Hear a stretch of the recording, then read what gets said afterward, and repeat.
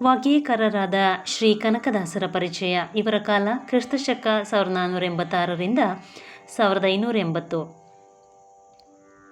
ವ್ಯಾಸರಾಯರ ಶಿಷ್ಯರಾಗಿ ಪುರಂದರದಾಸರ ಸಮಕಾಲೀನವರಾಗಿದ್ದವರು ಶ್ರೀ ಕನಕದಾಸರು.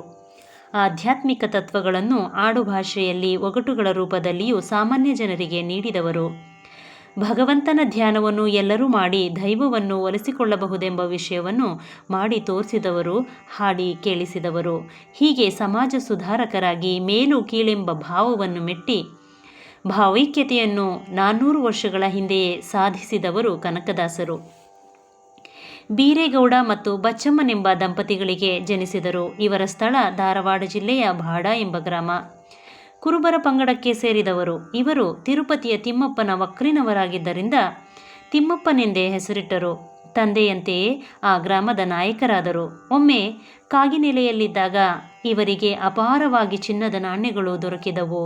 ಆ ಹಣವನ್ನು ಆ ಗ್ರಾಮದ ಕೇಶವ ದೇವಾಲಯದ ಜೀರ್ಣೋದ್ಧಾರಕ್ಕೆ ವಿನಿಯೋಗಿಸಿದರು. ಹೀಗೆ ದ್ರವ್ಯವೂ ದೊರಕಿದ್ದರಿಂದ ತಿಮ್ಮಪ್ಪನನ್ನು ಕನಕನೆಂದು ಕರೆದರು. ಈತನೇ ಕನಕನಾಯಕನಾಗಿ ಮುಂದೆ ಕನಕದಾಸರಾದರು.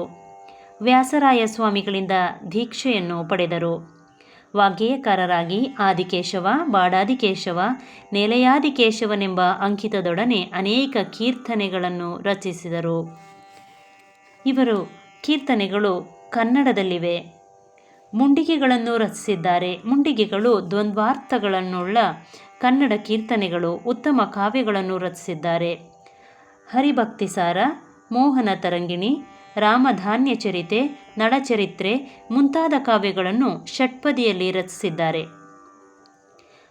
ಸಮಾಜೋದ್ಧಾರಕರಾಗಿ ಜನಸಾಮಾನ್ಯರಲ್ಲಿ ಸೌಹಾರ್ದವನ್ನು ಬೆಳೆಸಿ ಸಮಾನತೆಯನ್ನು ಹೊಂದಲು ಶ್ರಮಿಸಿದ್ದಾರೆ.